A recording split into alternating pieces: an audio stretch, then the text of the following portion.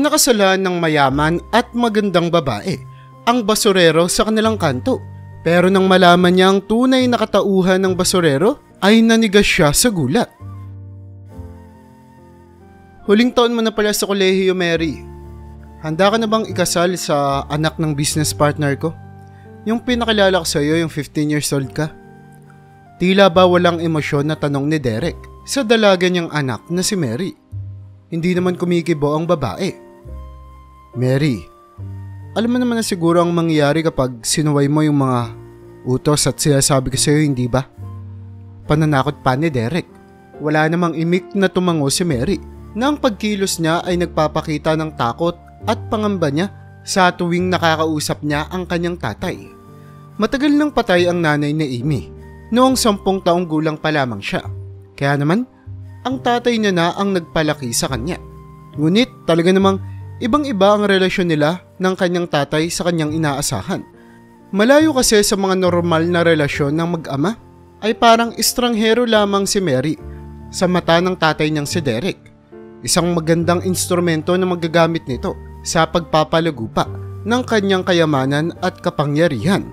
Bilang isang matagumpay na businessman at entrepreneur si Derek, gusto niyang panatilihin kung ano ang meron siya. At hanggat maaari ay mapalago pa ito sa pamamagitan ng pagpapakasal niya sa anak niyang si Mary at ang anak ng business partner niya na isa ring politiko ay talaga namang magiging maganda ang kinabukasan ng kanyang negosyo. Dahil hindi lamang negosyo ang kanyang iniisip. Gusto niyang dumating ang panahon na makakatakbo na rin siya sa politika at sa pamamagitan ng kasal na ito ay mas makikilala pa siya ng publiko. At magkakaroon siya ng mas malaking tsansa na maging susunod na mayor ng kanilang lungsod. Sa mga pagkakataon na ito ay talaga namang walang malapitan si Mary. Ang tanging hangad niya lamang ay magkaroon ng makakausap. Isang tao na totoong makakaintindi sa kanyang nararamdaman. Yan man bilang pampalipas ng oras at para makapagpahangin na rin, lumabas si Mary sa kanilang bahay. Dumiretso sa palengke kung saan ay gustong-gusto niya talaga kapag nakakakita siya ng maraming mga tao. Ito na rin kasi ang araw kung kailan ay bibili siya ng paborito niyang prutas, mga mansanas. Oh Mary, andiyan ka na pala. Naghanda na ako ng 12 ng mga mansanas sa'yo. Mga fresh to at mga bago. Ibalot ko na ba? Wika ng tendero sa kanya. Nakilala na si Mary bilang kanyang parokyano. Alam na rin ito kung anong klaseng mga mansanas ang gusto ng babae. Naku Mang Bernard, kabisado niyo po talaga ako. Sige po, pabalot na lang ng 12. Padoble na lang po ng plastic para hindi po mahulog sa pag-uwi ko mamaya. Wika ng babae. Ngumiti naman ng tendero sa kanya at ginawa ang kanyang hiling. Matapos niyang makuha ang mansanas, naglibot pa siya sa palengke. Sa gilid kasi nito ay merong parke na maraming mga bata ang naglalaro at masayang naghahabulan. Naaalala ni Mary noong mga panahon na buhay pa ang nanay niya. Dito rin kasi sa parking ito, lagi siyang dinadala ng nanay niyang si Elizabeth. Pero simula noong namatay siya, ay hindi na nga siya muli pang nakabisita sa parke. Masyado kasing stricto ang tatay niya, kaya naman hindi niya na nga na-enjoy ang kanyang pagkabata. Pero maya-maya pa ay may nakakuha ng kanyang atensyon. Isang napakagandang melodiya ng musika ang kanyang narinig mula sa hindi kalayuan. Ang pag-awit at musika na ito ay para bang nagdudulot, para lubos na lumambot ang kanyang puso. Hindi niya alam pero may kakaiba siyang nararamdaman mula dito. Kaya naman pilit niyang sinundan kung saan nagmumula ang musika na iyon. At nang makarating nga siya sa pinagmumula ng musika ay nakakita siya ng isang pulubi na magiliw na umaawit habang pinapatugtog ang kanyang instrumento. Talaga namang napakaganda ng boses ng pulubi na ito. Nakaupo lamang ito sa may kanto at patuloy sa kanyang pagtugtog. Dahan-dahang nilapitan ni Mary ang pulubi na patuloy lamang sa pagtugtog ng kanyang violin. Napakaganda naman ng melodiya mo. May title ba yan? Tanong ni Mary na makahalata sa kanyang boses na talaga namang gustong-gusto at interesado siya sa kahit na anong uri ng musika. Tumigil naman sa pagtugtog ang pulubi. Ngumiti sa babae. Hindi ko pa kasi naiisipan ng pamagat to. Basta naisip ko lang na ipatugtog to sa violin ko. Pagpapaliwanag niya. Ganun ba? Naparito ako para sabihing napakaganda mong tumugtog. Ako nga pala si Mary. Nice to meet you. Wika ng babae. Nice to meet you, Mary. Ako nga pala si Sam. Salamat at na-appreciate mo yung music ko. Dagdag pa ng lalaki. Pero dito pa lang pala magsisimula ang isang napakagandang kabanata sa pagitan ng dalawang ito. Sobrang pagka-intriga kasing nararamdaman ni Mary sa lalaki.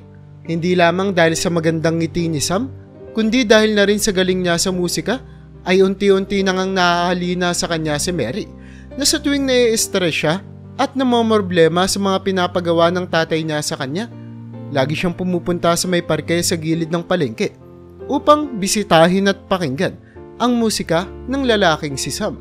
Pero hindi lamang para makinig, kundi ay halos regular niya na rin itong dinadalhan ng pagkain. Sa kabila kasi ng tila ba madumi at hindi kaaya-ayang itsura ng lalaki, napansin kaagad ni Mary, bukod sa panlabas na anyo niya, ay meron siyang talinong itinatago at kabutihan sa kanyang kalooban, na para sa babaeng si Mary ay talaga namang sobrang nakakahalina.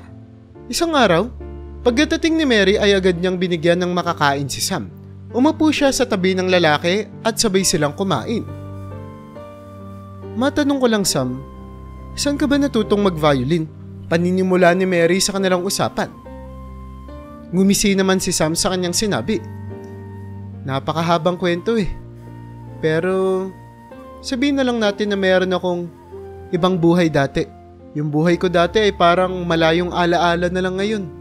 Ang ibig kong sabihin, dahil sa pagtugtog ko sa musika, pakiramdam ko hindi ako nawalan ng kakampi.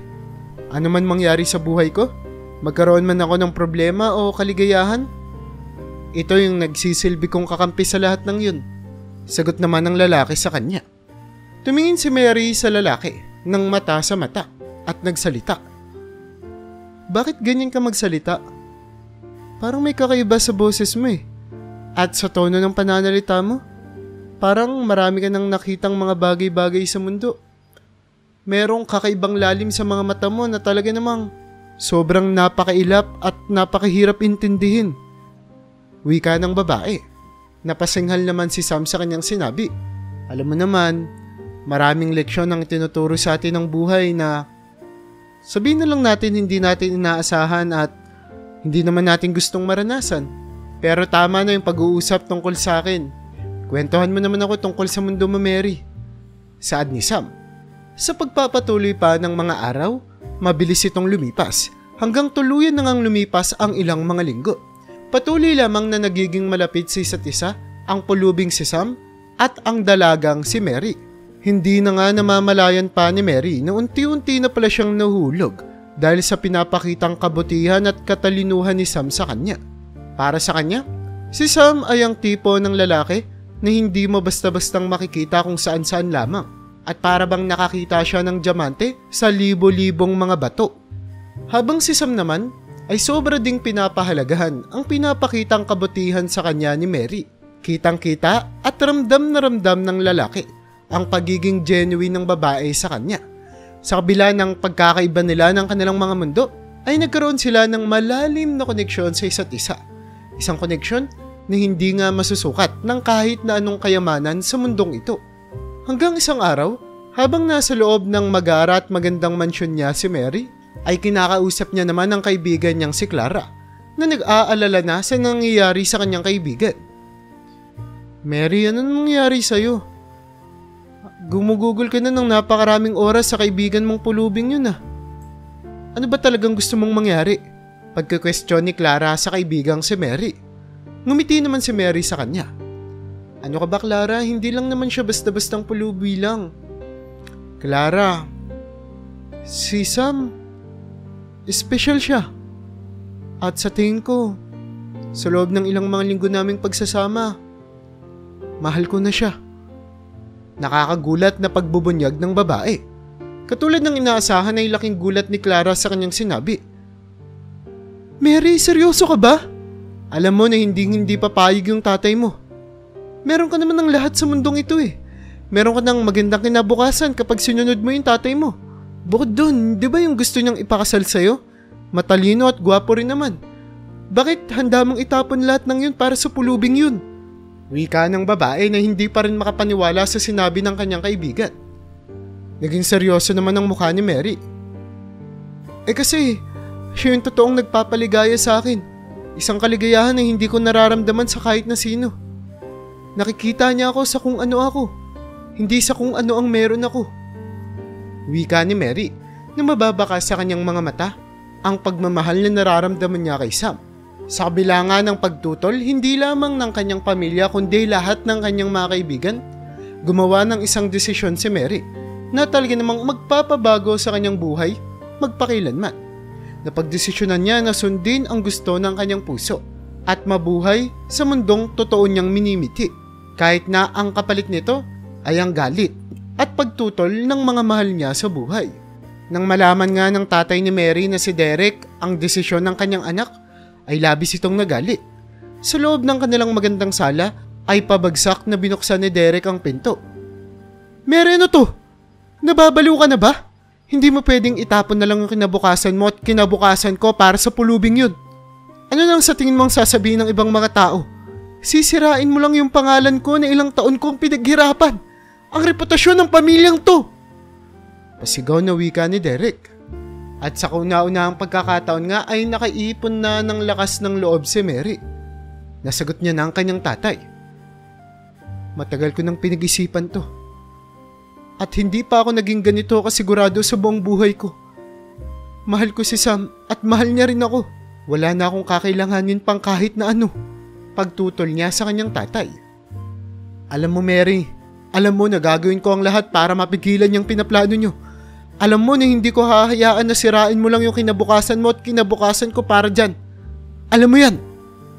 Wika nito, sabay padabog na sinara ulit ang pinto. Habang naiwan naman si Mary sa loob ng sala, umiiyak at walang magawa. Hanggang sa dumating na nga ang araw, kung saan ilalabas na ni Mary ang lahat ng lakas na inipon niya upang aminin kay Sam kung ano ang gusto niyang gawin. Sa kabila ng mga pagtutol at mga problema na kanyang naranasan, ito na ang pinakahinihintay niyang araw, kung saan pipiliin niya ang kanyang pagmamahal kaysa sa kahit na anong kayamanan sa mundo o sa kahit na anong inaasahan ng lipunan sa kanilang pamilya.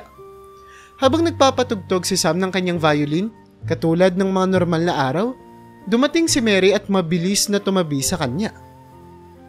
Sam, may importante kasi sana akong sasabihin sa'yo. Wika ni Mary. Tinignan naman ni Sam ang dalaga sa mata. Anong importante mong sasabihin, Mary? Tanong niya. Mabilis na kinuha ni Mary ang kamay ni Sam. Sam, will you marry me? Matapang na tanong nito. Gulat naman si Sam na tumingin sa kanya at hindi makapagsalita.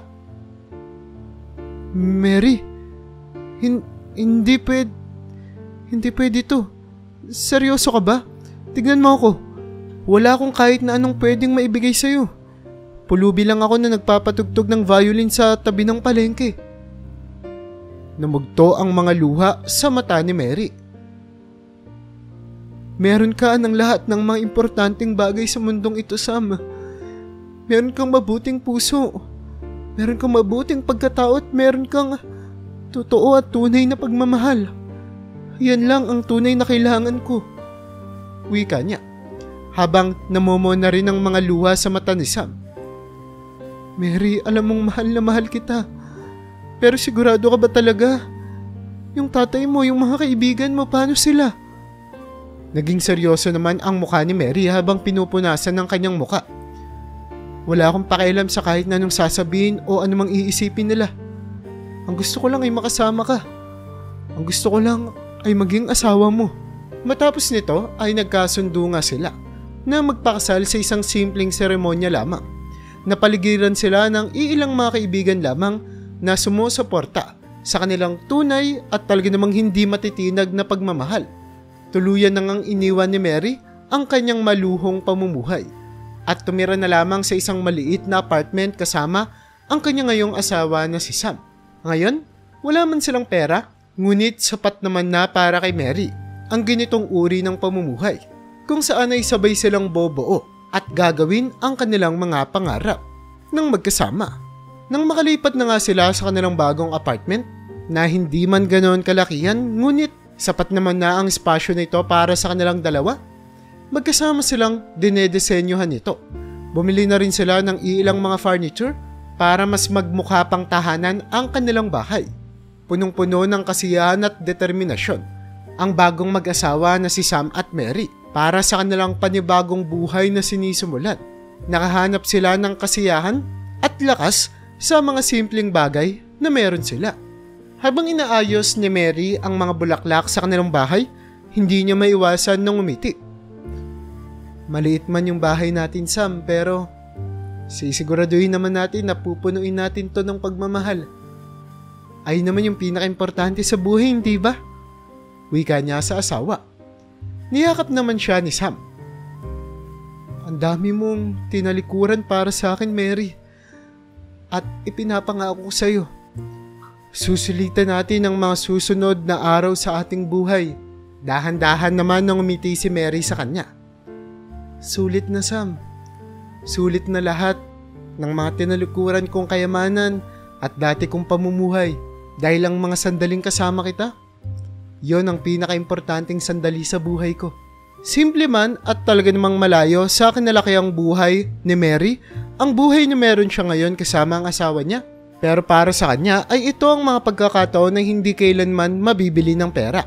Kaya naman, magkasama sila ni Sam na matyagang tinaguyod ang kanilang buhay. Magkasama silang nagtatrabaho, nagbabahagi ng mga kwento, at nangangarap para sa kanilang kinabukasan. Pero talaga namang sa maraming mga pagkakataon sa ating buhay, masasabi natin na hindi sapat ang pagmamahal. Ganon din ang naranasan ng bagong mag-asawa na si Mary at Sam. Sa pagpapatuloy kasi ng buhay nilang mag-asawa, ay lumalabas na ang kanilang mga nagiging problema. Ang ilan na nga dito ay nahihirapan na sila na makabayad pa sa kanilang mga bills, kung saan halos kinakapos sila buwan-buwan. Pero ang pagmamahal nila ay ang nagpanatili sa kanilang katatagan na anumang pagsubok sa buhay ay handa nilang harapin. Mahal, nauubusan na tayo ng pera. Ano nang gagawin natin? Pag-aalalang tanong ni Mary kay Sam. Huwag kang mag-alala, Mary, makakahanap tayo ng paraan. Katulad ng palagi nating ginagawa. Baka pwedeng makahanap pa ako ng ibang trabaho. Kaya naman, lumipat ako ng mga lugar kung saan ako nagpapatugtog. Yung mas maraming mga tao, baka mas malaki yung makuha kong kita doon. Nang sabihin nito ni Sam ay lalong naging determinado si Mary. Okay, sige. Gagawin natin to ng magkasama. Malalagpasin natin to katulad ng lagi nating ginagawa. Wika ng babae, sabay yakap sa pinakamamahal niyang asawa. Sa kabila nga ng kanilang mga paghihirap, lalo lamang tumindi ang koneksyon nila sa isa't isa. Sinuportahan nila ang isa't isa sa bawat mga pagsubok. Pinapatunayan na ang totoong pagmamahal ay kayang malagpasan ang anumang dilubyo na kanilang mararanasan.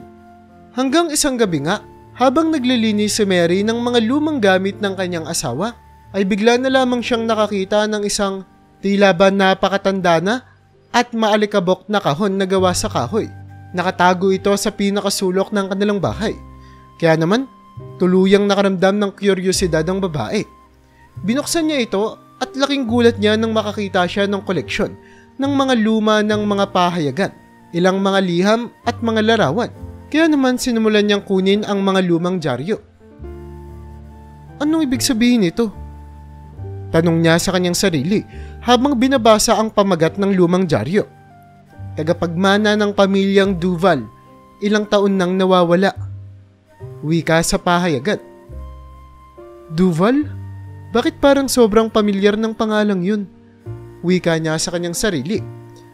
Pero habang nagpapatuloy pa siya na saliksikin at tignan ang iba pang mga nakalagay sa lumang kahon na iyon, ay laking gulat niya sa isang revelasyon na kanyang natuklasan.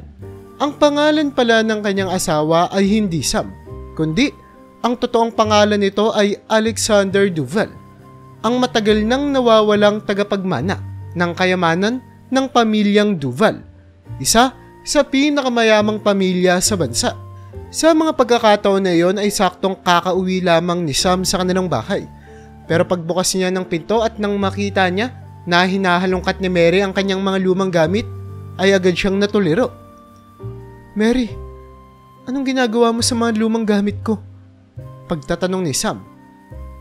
Namumugto naman na ang mga luha ni Mary. Sam?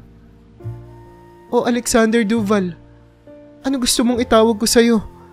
Bakit hindi mo sinabi sa akin? Wika ng babae. Huminga naman ng malalim si Sam. Kasi, yun yung buhay na matagal ko nang gustong kalimutan. Matagal ko nang itinanggi yung mundo na yun, Mary. Yung mga kayamanan, lahat ng mga inaasahan nila sa akin. Sobrang bigat lang sa pakiramdam. Gusto kong mabuhay sa isang mundo na para sa akin ay totoo. Kung saan nakikita ako ng mga tao kung sino ako. Hindi sa kung gaano kalaki ang pera na meron ako. Gulat naman na tinignan ni Mary ang kanyang asawa dahil sa sinabi nito. Pero bakit? Meron ko na pala lahat ng kinikailangan mo. Bakit kailangan mo pang mabuhay ng ganito? Kinuha naman ni Sam ang mga kamay ni Mary. Meron na nga akong lahat, Mary. Kasi nandito ka. Kasama kita. Natagpuan ko ang tunay na pagmamahal. Isang bagay na katulad ng sinabi mo hindi mabibili ng pera, hindi ba? Hindi ko naman talaga gustong lokohin ka. Gusto ko lang makalaya sa tila babilanggo ang buhay ko noon. Sobrang naguguluhan man si Mary, ngunit naiintindihan naman niya kung gaano kalalim ang naging desisyon ni Sam sa kanyang buhay. Katulad kasi niya, itinanggi ni Sam ang buhay ng karangyaan para magkaroon ng isang buhay na para sa kanya ay totoo. Buhay na hindi kinokontrol ng pera. At nang dahil doon, ay sobra lamang napamahal si Mary sa kanyang asawa. Lalong naramdaman ni Mary ang pagiging mabuting tao ni Sam at labis niya ring nagustuhan ang paghahangad ni Sam sa buhay na simple at hindi pinapaikot ng pera. Matapos ang nakakagulat na sandali na iyon, napagdesisyonan ng mag-asawa na umupo muna sa kanilang kusina habang pinag-uusapan ang mga susunod nilang gagawin. Mahal kita, Sam. O Alexander, kung sino man ang katauhan na gusto mo, pero anong susunod nating gagawin ngayon? Muli ay niyakap ni Sam ang asawa niya. Sige, handa na ako. Ibubunyag natin ang katotohanan, pero hindi dahil sa gusto ng mga tao. Gagamitin natin ang oportunidad na ito para makatulong sa iba. Gagamitin natin ang perang mamamana ko sa pamilyang Duval para sa mga gawang mabuti at para makatulong tayo sa kapwa. Kaya naman magkasama nilang napagdesisyonan na ibunyag ang tunay na katauhan ni Sam sa buong mundo. Pero hindi ito simpleng pagbubunyag lamang. Gagamitin kasi nila ang pera at impluwensya ni Sam para makabuo ng mga oportunidad para sa mga taong tunay na nangangailangan. Talaga namang makikinabang ang maraming mga tao sa malaking halaga ng pera na iniwan ng pamilyang Duval sa lalaking si Sam. Hanggang sa dumating na nga ang araw ng revelasyon na puno ng mga tao hanggang sa mga media ang parke sa kanilang lugar. Dumating nga rin sa pagtitipon na iyon ang sariling tatay ni Mary na si Derek upang pakinggan kung ano nga ba ang ibubunyag ng mag-asawa. Matatag na tumayo ang dalawa habang pinapalibutan sila ng halos ilang libong mga tao. Kinuha ni Sam ang mikropono. Seryosong tinignan ang bawat isa sa kanilang mga mukha habang marami sa mga tao doon ay nagbubulungan. Iniisip kung ano nga ba ang ibubunyag ng dalawa. Mga kababayan, at para sa mga media na naririto, ako si Alexander Duval. Nang sabihin pa lamang ni Sam ang mga katagang iyon, ay mababakas na ang mga gulat sa mukha ng mga tao, lalong-lalo na para sa mga reporter, dahil matagal na talaga nilang ginagawa ang istorya na ito. Marami sa mga pahayagan at mga reporter ang pilit na hinahanap ang nawawalang tagapagmana ng pamilyang Duval, dahil hanggat hindi ito nakikita, ay hindi makukuha ang perang pinamana sa kanya at hindi ito magagalaw ni numan. Katulad ng narinig nyo, ako si Alexander. Kasama ko ngayon ang asawa kong si Mary. Naparito ako para sabihin sa inyo na nakuha ko na ang pamana na nararapat lamang para sa akin. Seryoso namang nakikinig ang mga tao habang hinihintay nila ang bawat mga salitang bibig kasi ni Sam. Kasama sa mga taong ito ay ang tatay ni Mary na si Derek. Nagulat din sa kanyang narinig. Pero gagawin ko to hindi sa rason na iniisip ninyo. Naparito ako para i-anunsyo. Nagagamitin ko ang pera para makatulong sa mga mahihirap at mga taong lubos na nangangailangan. Gagamitin ko kasama ang asawa kong si Mary ang lahat ng pera na ito para ibalik sa inyo, mga kababayan ko. Bibigyan namin kayo ng oportunidad kung ano man ang gusto nyong gawin sa buhay. Kung gusto nyong makapag-aral, kung gusto nyong magtayo ng sarili nyong negosyo. Basta, si kabubuti ng marami, gagawin namin. Habang si Mary naman na nakatayo lamang sa gilid ni Sam ay nagsalita na rin. Naniniwala kami ng asawa kong si Sam na ang tunay na kayamanan sa mundong ito ay hindi yung pera, pilak o ginto na may bibilang mo, kundi ay yung kaya mong itulong sa iba. Magkakasama tayo. Gagawa tayo ng pagbabago hindi lamang sa bayan na to, kundi para sa lahat ng mga tao sa bansa natin na nangangailangan. Kaya tulungan nyo nawa kami. Nagpalakpakan at nagsigawan ng mga tao nang marinig nila ang inanunsyo ng mag-asawa na ito. Lahat sila ay nakabuo ng isang inspirasyon sa kanilang buhay. Ang istorya patungkol sa isang mayamang babae na nagpakasal sa isang pulubi at nang madiskubre nito ang kanyang totoong identidad ay ang istoryang naging simbolo ng pagmamahalan, pagmamalasakit sa tao at pagiging mabuti. Ngayon nga, magkatulong si Sam at Mary na bumuo at gumawa ng mga mabubuti para makatulong sa mga taong tunay na nangangailangan. Ibinuhos ni Sam at Mary ang kanilang buhay para makatulong sa iba. Ginamit nila ang kayamanan na namanan ni Sam para makabuo ng mga eskwelahan, fund healthcare at para masuportahan na rin ang mga lokal na negosyo sa kanilang lugar. Ang kabutihang ginawa nila ay talaga namang nagpabago sa kanilang bayan, hindi lamang sa mga istruktura na meron ito, kundi para na rin sa pag-iisip ng mga tao. Na ngayon, na sobrang na-inspire sa kanilang ginawa, ay ginagaya na rin nila ang mag-asawa. Tumutulong na rin sila sa iba sa abot ng kanilang makakaya. Ngumiti naman si Mary kay Sam. Nagawa natin, Sam. Nakapagdulot tayo ng pagbabago. Wika ng babae. Ngumiti din naman sa kanya ang lalaki. Oo, Mary. Nagawa natin ang magkasama. At ipinapangako ko sa'yo, ito pa lang ang pagsisimula. Napatunayan nga ng mag-asawa na ito ng totoong kaligayahan ay magmumula sa pagbibigay at pagbabahagi mo ng iyong mga tinatangkilik sa ibang mga tao. Sa tulong ng kayamanan ng pamilyang Duval, nagkaroon ng pagkakaisa at pagtutulungan sa kanilang buong pamayanan. Lumipas pa ang ilang mga taon. Sa pagpapatuloy ni Sam at Mary sa kanilang trabaho, ang kanilang pagmamahal at dedikasyon ay nagkaroon nga ng isang malaking marka sa kanilang komunidad. Tumanda sila ng magkasama na napapalibutan ng mga taong totoong nagmamahal sa kanila at totoong naantig ang damdamin dahil sa kabutihang kanilang ginawa.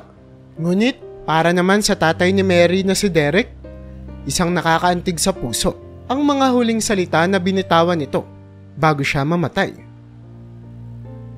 Proud ako sa iyo, anak. Proud na proud ako sa iyo.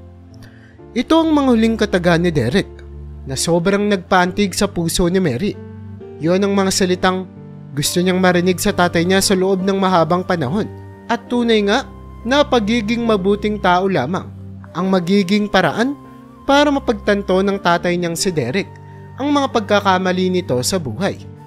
Matagal naman niyang pinatawad ni Mary ang tatay niya at nabuhay siya sa mundong puno ng kasaganahan at pagmamahal. Pagmamahal na hindi lamang natatanggap niya mula sa kanyang asawa, kundi maging sa mga taong nagmamahal sa kanila. Kaya naman kung nagustuhan mo ang storya natin ngayon ay huwag mo namang kalimutang mag-like.